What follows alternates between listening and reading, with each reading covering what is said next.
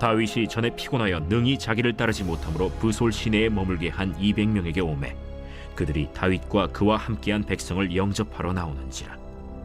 다윗이 그 백성에게 이르러 문안하매 다윗과 함께 갔던 자들 가운데 악한 자와 불량배들이 다 이르되 그들이 우리와 함께 가지 아니하였은즉 우리가 도로 찾은 물건은 무엇이든지 그들에게 주지 말고 각자의 처자만 데리고 떠나가게 하라. 나의 형제들아, 여호와께서 우리를 보호하시고 우리를 치러 온 그 군대를 우리 손에 넘기셨은즉 그가 우리에게 주신 것을 너희가 이같이 못하리라. 이 일엔 누가 너희에게 듣겠느냐? 전장에 내려갔던 자의 분깃이나 소유물 곁에 머물렀던 자의 분깃이 동일할지니 같이 분배할 것이니라. 그날부터 다윗이 이것으로 이스라엘의 율례와 규례를 삼았더니 오늘까지 이르니라.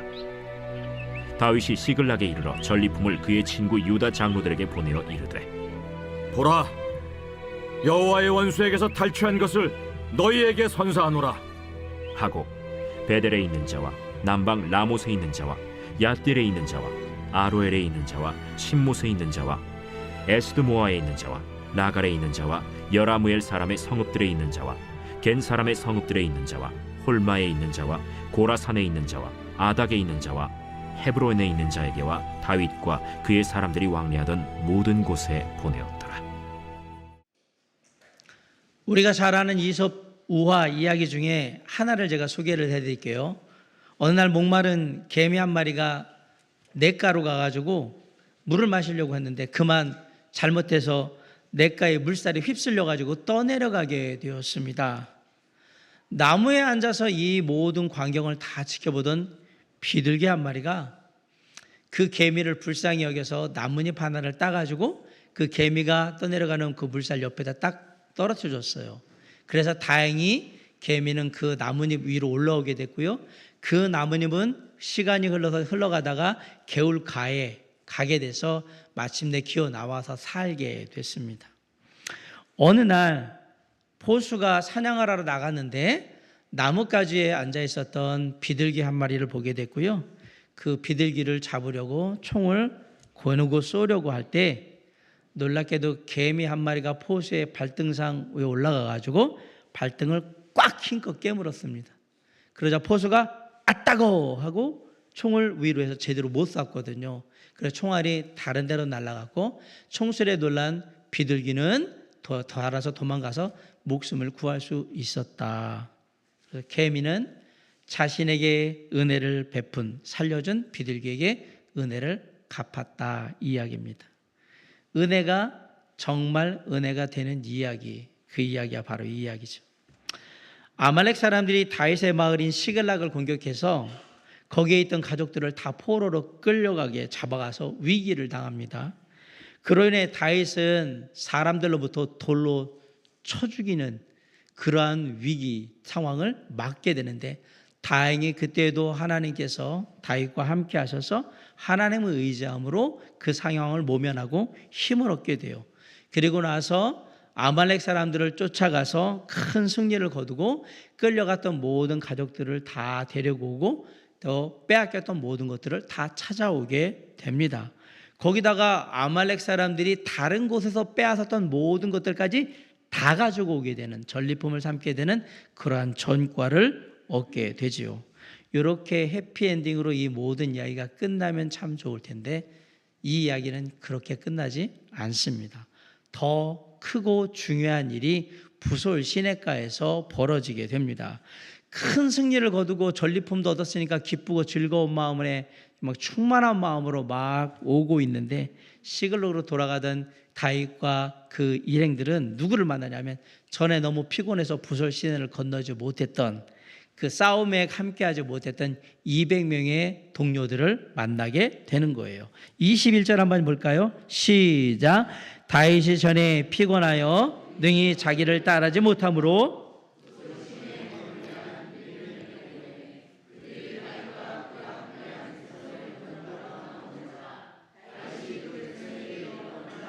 네, 너무 탈진을 한 나머지 함께 가지를 못하고 중간에 낙오된 200명이 동료들이 승리의 기쁨을 가지고 전리품을 가지고 400명이 막 오니까 그 가족들과 짐승들을 끌고 오니까 얼마나 기뻤을까, 얼마나 좋았을까요? 동료들 덕분에 자신의 아내와 자녀들을 다 무사히 구출할 수 있었기 때문에 정말 기뻤을 거예요. 보자마자 막 서로 얼싸안고 울면서 뭐 기뻐하고 그냥 울고불고 난리가 났겠지요. 비록 자신들은 너무 지쳐서 싸움에 힘을 보태지는 못했지만 동료들이 거둔 승리를 자신의 승리인 마냥 그렇게 함께 기뻐했던 겁니다. 그리고 다윗은 그들을 함께 문안했습니다. 그런데 400명의 동료들 중에는 악하고 불량한 자들이 있었습니다. 그들은 낙오한 200명의 동료들에게 우리가 가져온 전리품을 하나도 나눌 수 없다라고 얘기하는 거예요. 22절 한번 봅시다. 시작. 다윗과 함께 갔던 자들 가운데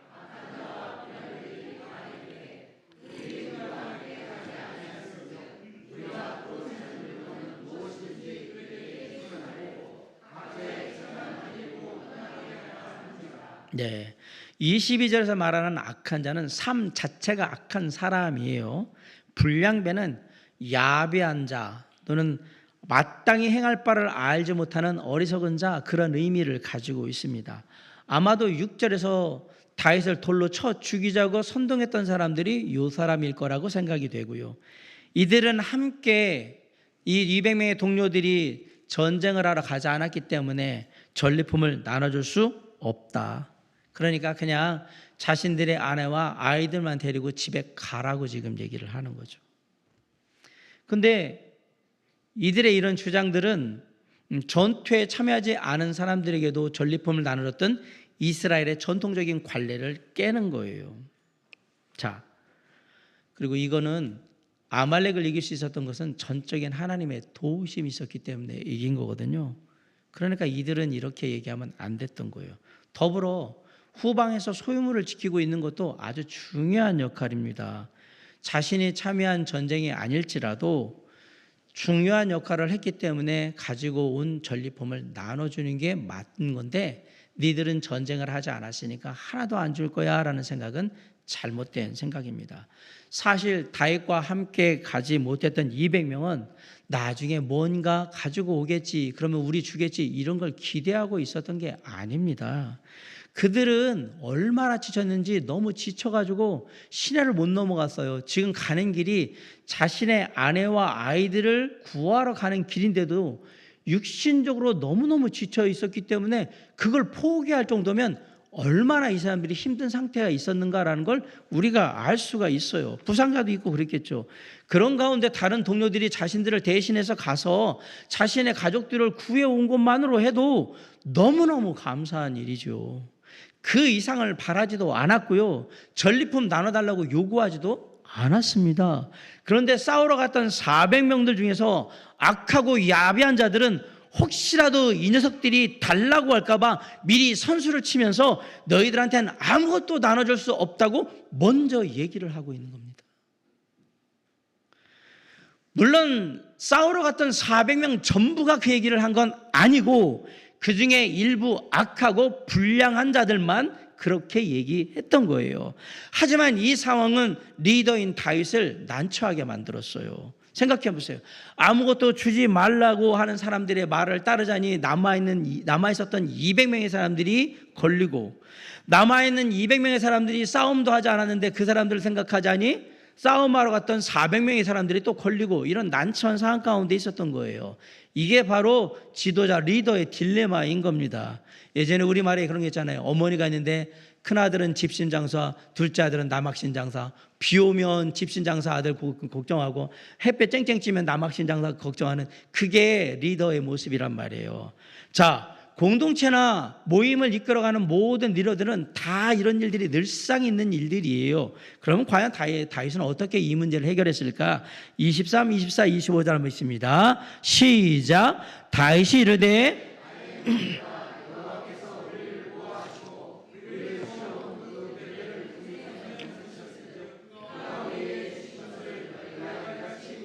(24절)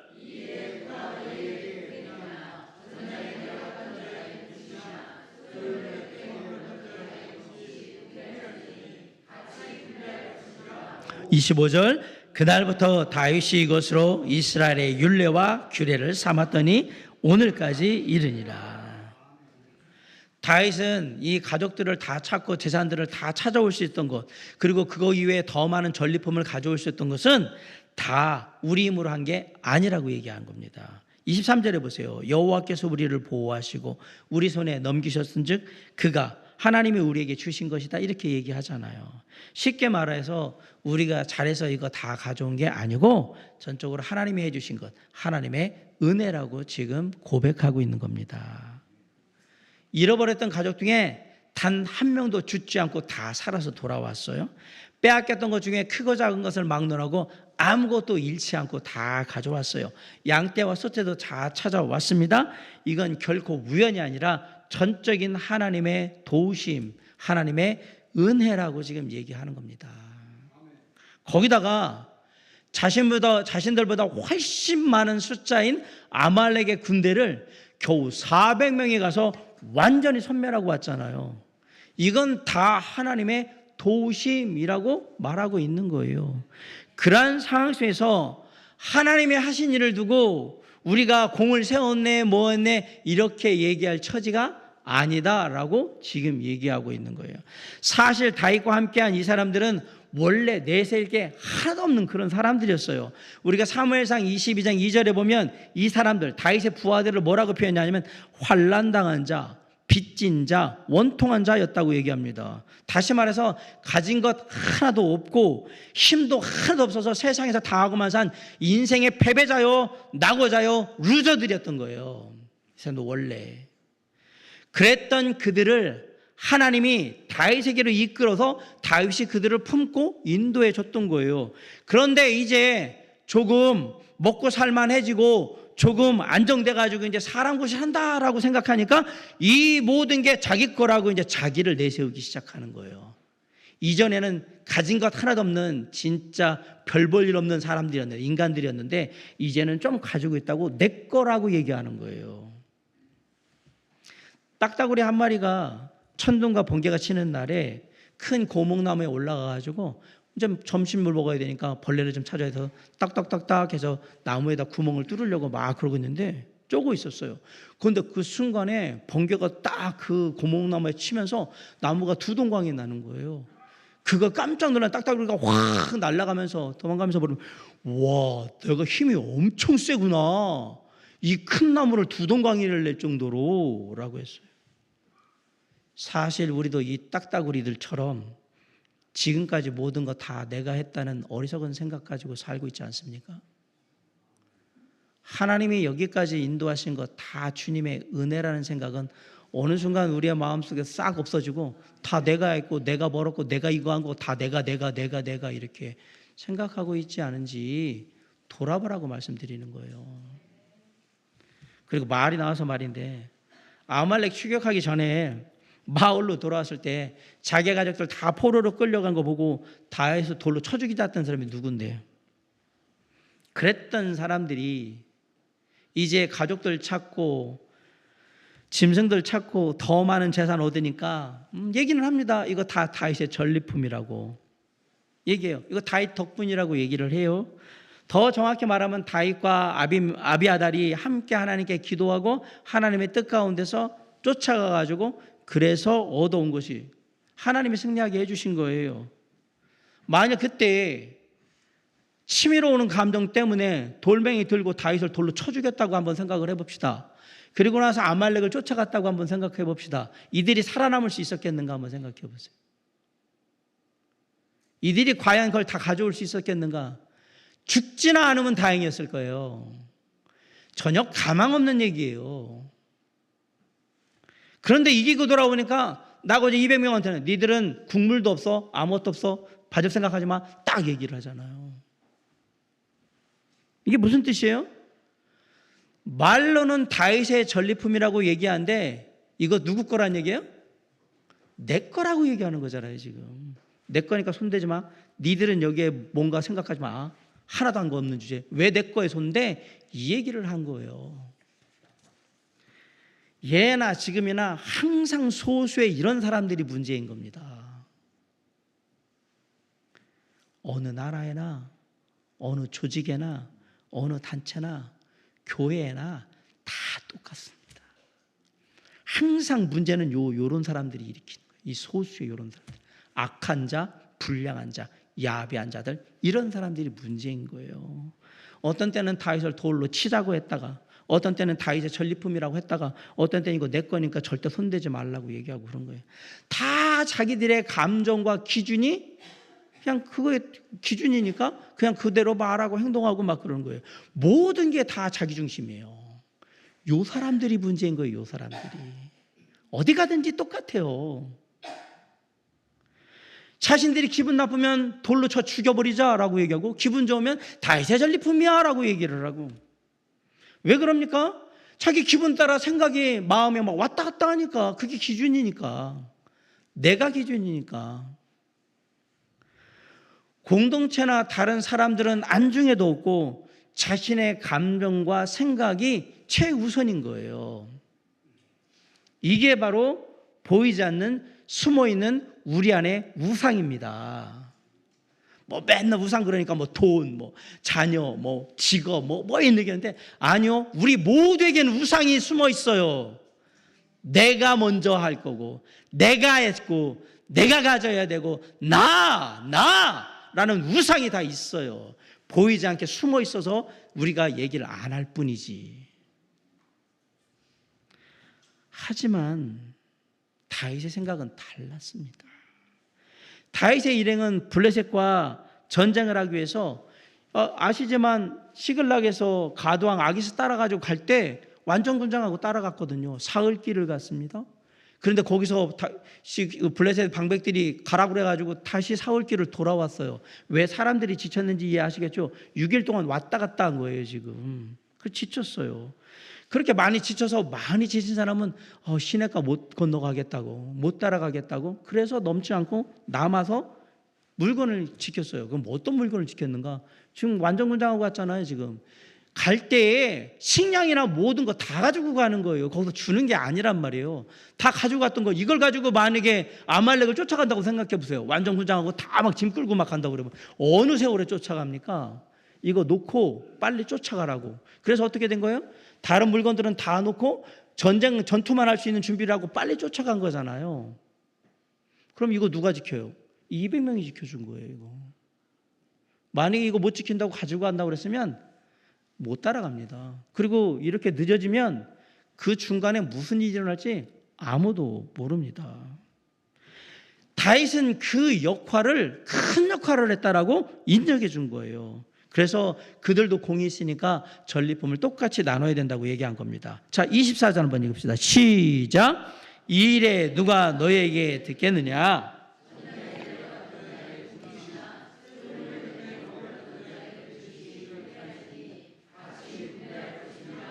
네, 다윗이 이렇게 같이 분배하겠다고 결정한 중요한 이유는 이 모든 것이 하나님이 해주신 것, 하나님의 은혜라고 믿기 때문에 그런 겁니다. 23절 다시 한번 읽겠습니다. 시작. 다윗이 이르되 나의 형제들아,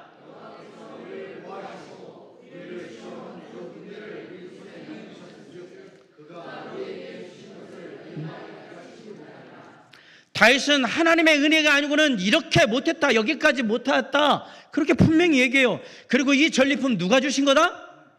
하나님이 주신 거라고 분명히 얘기하잖아요.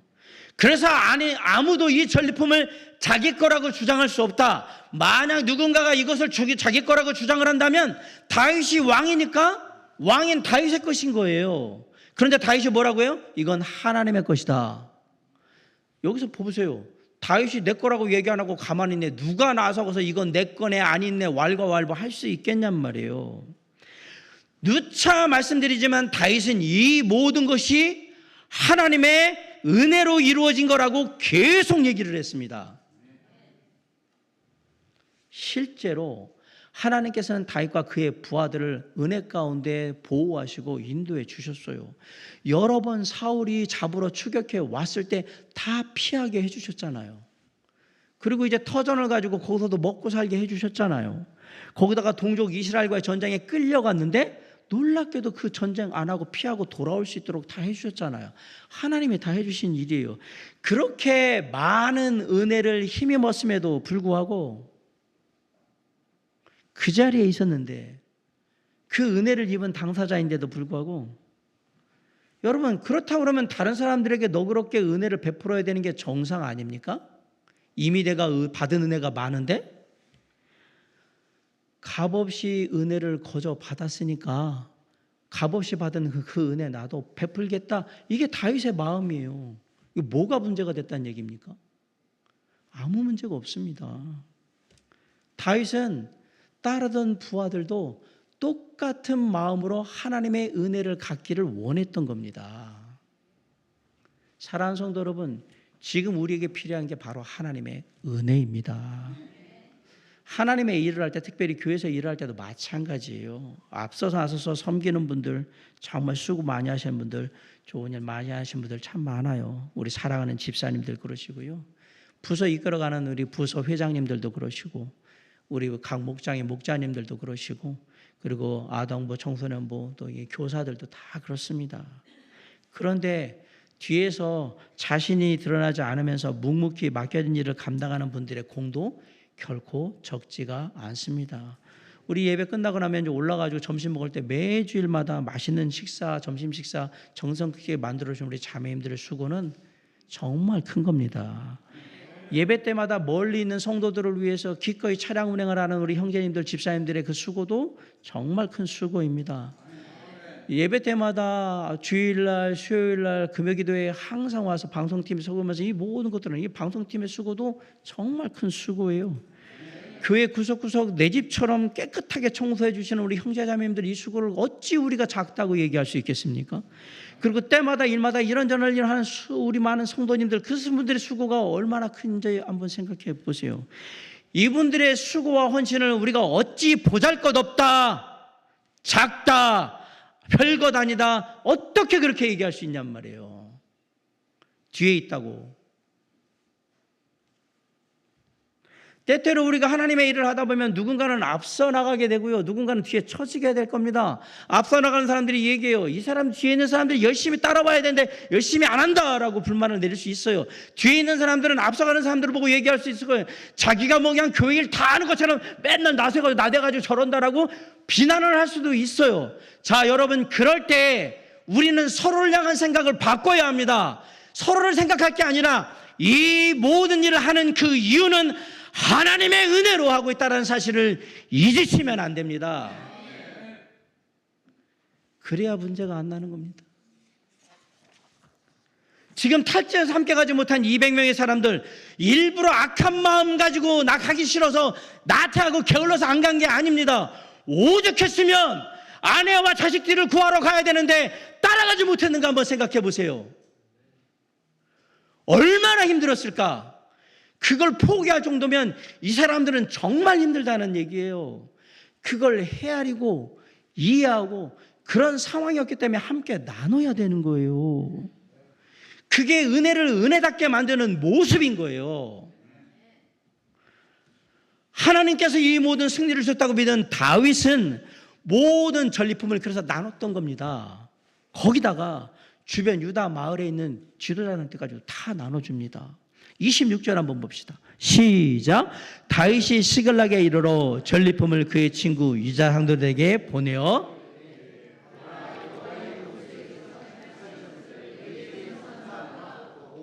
다윗이 전리품들을 유다 지방의 장로들, 그 지역에 있는 지도들에게 또 줍니다. 무슨 의도로 전리품들을 그 유다 지방에 있는 사람들한테 줬을까? 단순하게 생각하면 다윗이 유다 지파니까 자기 동족인 유다 지파들 그냥 챙긴 거다, 성심 쓴 거다라고 생각할 수 있겠지요. 더 나가서는 블레셋과 싸우고 있는 사울하고는 조금 이따 죽고 패하고 끝날 거고, 이제 다음 왕은 내가 기름 받았으니까 너희들 줄 잘 서라, 내가 다음 왕 될 거다, 이런 사인을 보내는 거일 수도 있지요. 그런데 더 큰 이유가 있어요. 왜 그렇게 했느냐? 600명의 부하들과 전리품을 나누기에는 전리품이 너무 많았던 거예요. 자기네들 뿐만 아니라 아말렉이 다른 데서 빼앗은 게 하도 많아가지고 이걸 처리를 못할 정도가 된 거예요. 그래서 어떻게 했냐? 평소에 다윗과 그 부하들에게 호의를 베풀며 은혜를 베풀었던 사람들에게 다시 그 은혜를 갚아주려고 했던 겁니다. 그래서 전리품을 나눈 거예요. 우리 31절 한번 볼까요? 자, 시작. 헤브론에 있는 자에게와 31절에 보면 다윗과 그의 사람들이 왕래하던 모든 곳에, 그 지나가던 데에서 다윗과 그 일행들을 도와주는 사람들이 있었죠. 그 중에 대부분은 아마 유다 지파의 사람들이었을 거예요. 물론 아닌 사람도 있겠지만 대체로 같은 유다 지파의 사람들이 다윗을 그리고 그 풀의 일행들을 불쌍히 여기서 적극적으로 도와줬던 겁니다. 그런 사람들에게 다윗은 항상 생각했던 거예요. 내가 받은 애를 갚으리라. 그리고 오늘 전리품으로 뭐 하는 거예요? 받은 애를 갚고 있는 거예요. 은혜를 받았음에도 불구하고 갚을 줄 모르면 우리가 내자로 뭐라 그래요? 배은망덕하다고 얘기해줘. 오늘 이 사실을 통해서 다윗은 배은망덕한 사람이 아니라는 것을 우리가 알게 되는 거예요. 받은 은혜를 늘 기억하고 갚고자 했던 거예요. 그게 다윗의 마음이었어요. 사랑하는 성도 여러분, 우리 모두는 다윗처럼 은혜되는 삶을 사셔야 합니다. 그러기 위해서는 먼저 하나님의 은혜가 무엇인지를 올바로 이해를 하셔야 합니다. 대개 어떤 사람이 하나님을 만나게 되면 은혜를 경험하게 됩니다. 어떤 은혜를 경험하냐? 죄 용서의 은혜를 경험하고, 구원의 은혜를 경험하고, 영생의 은혜를 경험하고, 하나님의 자녀가 되는 은혜를 경험하고요. 살아가면서 우리의 삶에서 하나님의 말씀을 통해 우리를 깨닫게 하고 기도에 응답받는 은혜를 주시고, 우리 때로는 우리에게 물질을 부어주시고 때로는 우리 육신의 건강을 책임져 주시고 여러 가지 삶의 많은 은혜들을 경험하게 합니다. 우리가 그 은혜 안에 살아가잖아요. 하나님의 은혜 안에 살아가면 차차 시간이 지날수록 하나님을 닮아가게 되어 있습니다. 왜냐하면 하나님의 은혜에는 하나님을 닮아가게 하는 힘이 들어있기 때문에 그래요. 하나님은 은혜를 베푸시고 또 베푸시고 또 베푸시는 분이세요. 출애굽기 33장 19절에 나는 은혜 베풀 자에게 은혜를 베풀고 긍휼히 여길 자에게 긍휼을 베푸느니라 라고 했습니다. 이사야 30장 18절에 여호와께서 기다리시나니 이는 너희에게 은혜를 베풀려 하시며 일어나시리니 이는 너희를 긍휼히 여기려 하심이라. 룻기 2장 20절에 여기서 그가는 하나님이에요. 그가 살아있는 자와 죽은 자에게 은혜 베풀기를 그치지 아니하도다. 하나님은 우리에게 한량없는 은혜를 베풀고 또 베풀고 우리의 잘하고 못한 것과 상관없이 은혜를 베푸시고 그렇게 하시는 분인데요. 놀랍게도 그렇게 우리에게 은혜를 많이 베푸신 분이심에도 불구하고 절대로 우리의 삶에 갑질을 하지 않으세요. 그 정도 은혜 베풀었으면 갑질을 할 만도 하실 것 같은데 한 번도 하나님은 우리의 인생에 갑질을 하지를 않으세요. 여기서 우리는 중요한 교훈을 깨닫습니다. 은혜는 갑질을 하지 않는다. 그렇구나. 내가 하나님의 자녀로 은혜 받은 자라면 절대로 세상 어디 가서도 갑질은 하지 않습니다. 내가 분명히 구원받은 하나님의 자녀고 하나님의 은혜를 경험한 자였는데 내가 갑질하고 있다. 하나님의 은혜가 이제 소멸됐다 이 얘기예요. 내가 그냥 좋은 얘기로 해서 소멸됐다는 얘기고요. 심하면 영적으로 좀 타락했다 이 얘기입니다. 내게 은혜가 없다는 얘기는 내가 영적으로 좀 타락했다 그 얘기예요. 하나님의 은혜는 절대 갑질하지 않습니다. 그리스도인이 일하는 사람들이나 주변에 있는 사람들에게 자기가 주인이요 뭐 업주라고 해서 갑질을 한다. 그 사람은 그리스도인 자격이 없습니다. 왜? 하나님의 은혜는 갑질을 하지 않거든요.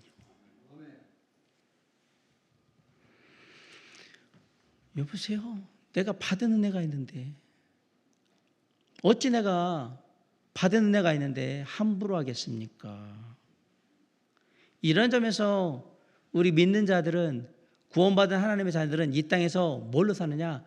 갑으로 사는 게 아니라 항상 을로 사시는 거예요. 받은 은혜를 베풀고 나누는 을로 사는 거예요. 세상에서 갑으로 살 생각 하지 마세요. 그건 그리스도인의 태도가 아니에요. 은혜 받은 자는 을로 사는 거예요. 인자에 온 것은 섬김을 받으려 함이 아니고 도리어 섬기러 오신 거예요. 많은 사람들을 위하여 자신을 대속물로 주려 함이라. 예수 그리스도는 을로 사시기 위해서 오셨어요. 은혜를 베풀기 위해서 사신 거란 말이에요. 그걸 따지려고 오신 게 아니고. 여러분, 이 땅에서 우리가 하나님의 은혜로 을로 산다. 그 우리가 하나님의 삶을 닮아가고 있다라는 얘기입니다. 오늘 본문에 나왔던 악한 자와 불량한 자들처럼 세상에서 우리가 갑으로 갑질하며 살아가려고 하잖아요. 어느 순간부터 하나님의 은혜가 점점 우리에게서 멀어지고 바닥을 보이게 될 겁니다. 우리는 그렇게 살지 않습니다. 우리는 주님의 은혜를 누리며 주님의 은혜를 베풀고 이 땅에서 주님의 은혜를 나누는 을로 살아가게 될 겁니다. 다윗처럼 많이 가졌지만 늘 겸손하고 늘 베풀었지만 베푼 것에 대해서 생색내거나 나타내지 않는 은혜가 은혜되는 삶을 살 수 있도록 최선을 다하시기 바랍니다. 받은 은혜를 기억할 줄 아는 게 은혜가 은혜되는 삶이에요. 기회가 될 때 받은 은혜를 갚을 줄 아는 게 은혜가 은혜되는 삶이고요. 이 모든 삶이 하나님의 은혜로 이루어졌다라는 사실을 늘 잊지 않는 게 은혜가 은혜되는 삶이에요. 다윗은 지금 그 얘기를 우리에게 하고 있는 거예요. 그렇게 은혜가 은혜되는 삶을 지금 내가 함께하고 있는 사람들, 나의 가족들, 나의 친구들, 나의 직장의 동료들, 나의 이웃들에게 최선을 다해서 보여주셔야 합니다. 그게 전도입니다. 그게 전도예요. 그게 내가 하나님의 은혜로 구원받은 자로서 하나님의 은혜로 살고 있습니다.